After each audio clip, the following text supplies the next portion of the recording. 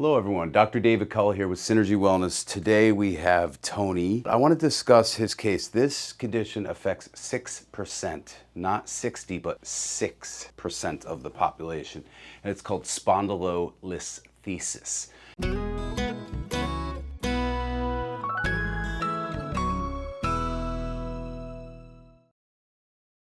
It's a forward slippage of the vertebra, but it can create a lot of problems into the legs, heaviness, weakness in the legs, that bent over posture where you kind of get up after sitting for a while watching TV and it takes you a while to kind of stand up straight. That could also be something else, but spondylolisthesis does that, and it often comes from, it can either be a degenerative process where the pars fractures, or it could be from years and years of heavy lifting. Like my father has a spondylolisthesis. He's now 93 and walks with a walker. He's now also in a wheelchair, but he spent years building stone walls. We had horses, and we had walls around the property, and he hand built acres of walls around the property and barely even put cement. So doing all that lifting created his spondylolisthesis. I've seen it where somebody's pulling an air conditioner out of the wall and they create a spondylolisthesis. So we have to be really careful when adjusting him, because Tony,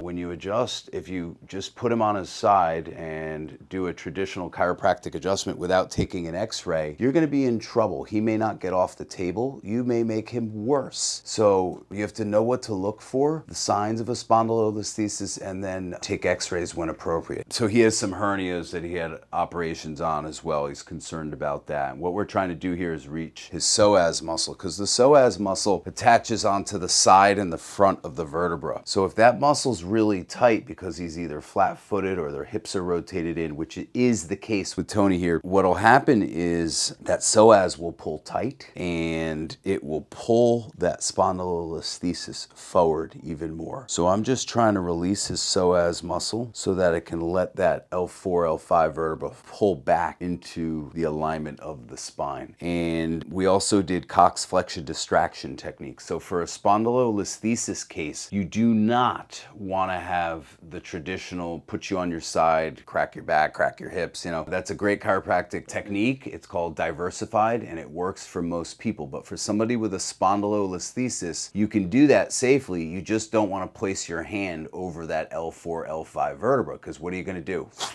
You're going to push it more forward. That's exactly what we don't want to do. So that's why I do Cox flexion distraction with him, and that vacuum-like motion is going to help suck and pull the vertebra back into place. It takes time. And then we also have to release his psoas muscle. So Tony here has had leg pain, right? Heaviness into the legs? No. Just lower back. Weakness in the legs. Weakness. And lower back pain. And you walked in here with a cane, and now you felt like you just could leave it behind today? Yes.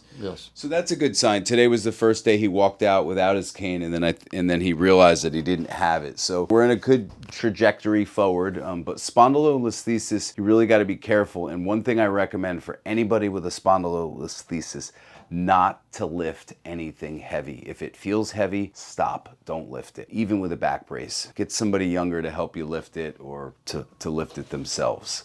That's my recommendation with a spondylolisthesis. You have lifted air conditioners, and they are unusually heavy. They look light, but they are just abnormally heavy. So yeah, that's one thing you don't want to lift, especially in that awkward position. You're leaning forward, and that's how you create a spondylolisthesis. So if you guys have any questions or comments, feel free to comment below, and make sure you thank Tony for letting us do this educational video. Thanks. Start in a kneeling position with your hands under your shoulders and knees under your hips. Your back should be flat and your gaze between your hands. Tighten your pelvic floor and core stability muscles, pulling your abdominal muscles in towards your spine. You should feel your abdominal wall lift up. Hold this position, relax, and then repeat.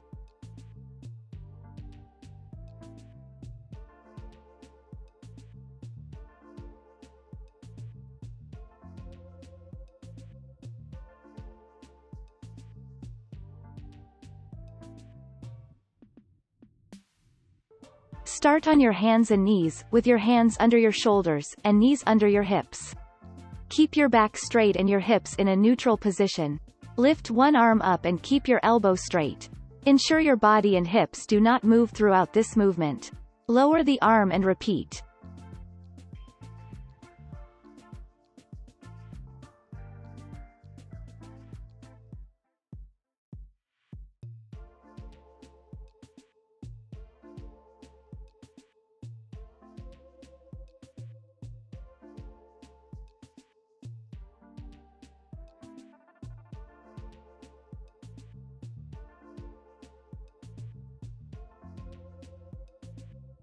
Start on your hands and knees with your hands under your shoulders and knees under your hips. Find your neutral position with your spine and head. Push the heels of your hands into the floor so that your shoulder blades flatten against your back. Tighten your abdominal muscles to help stabilize your trunk as you slowly straighten one leg out behind you.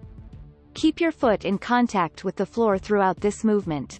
Do not allow your hips to rotate with this movement. Control the movement as you bring your leg back into the starting position. Ensure your back and neck remain in a neutral position throughout, with your shoulder blades controlled.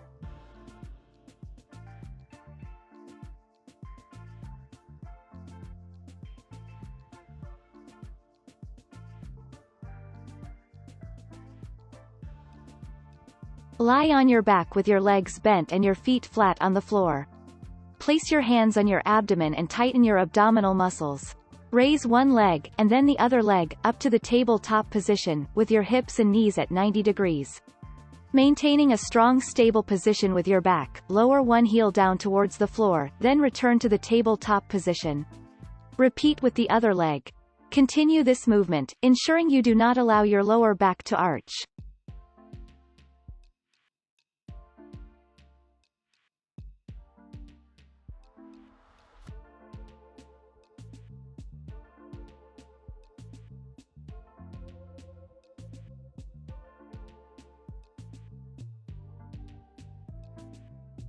Lie on your back with your knees bent and your arms crossed over your chest with your lumbar spine pressed towards the floor.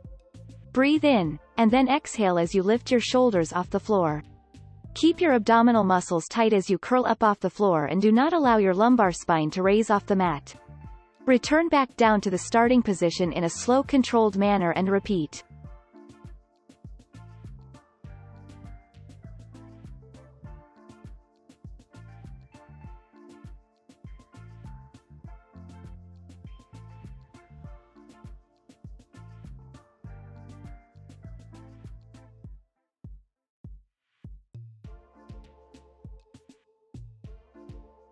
Lie on your back with your knees bent and your feet flat on the floor. Tighten your buttock muscles and lift your hips up into the bridge position. Make sure you keep your hips up and level throughout the movement.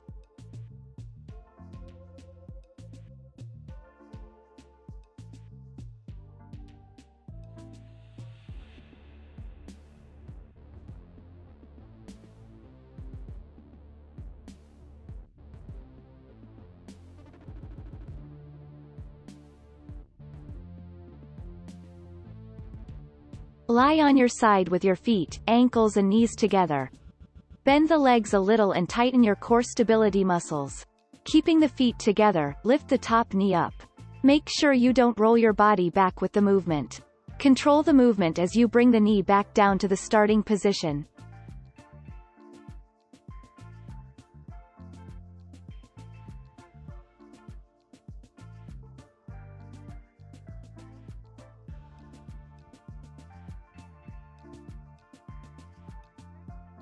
Lie on your side and prop yourself up on your elbow. Bend your knees and lift your hips off the mat until you have a straight line from your knees to the top of your head. Hold this position for as long as you can.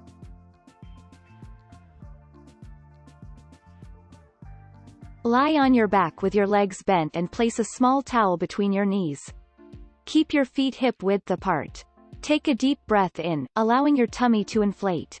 Breathe out, gather your tummy and your pelvic floor. Repeat, breathing in, relaxing your tummy. As you breathe out, gather your tummy, your pelvic floor and add the pelvic tilt by pushing your heels down, tilting your pelvis upwards so it just off the mat to a height of 1 to 2 inches.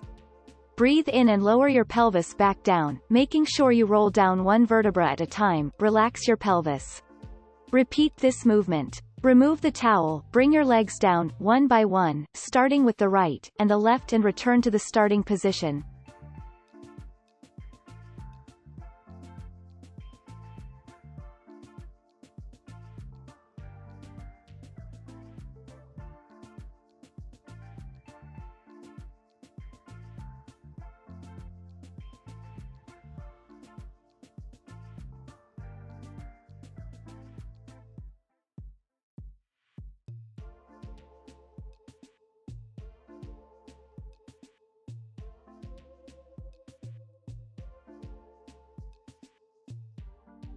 Find pelvic neutral sitting on a stability ball.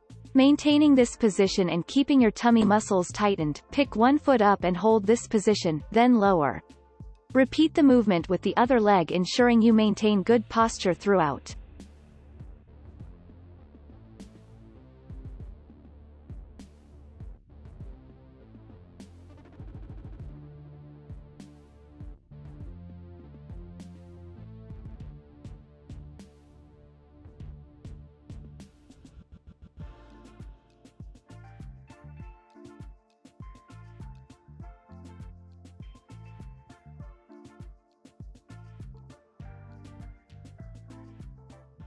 Thank you guys so much. If you got anything from this video, or even if you just like this view of the Empire State Building and the Chrysler Building, give me a like and don't forget to subscribe. Appreciate you guys.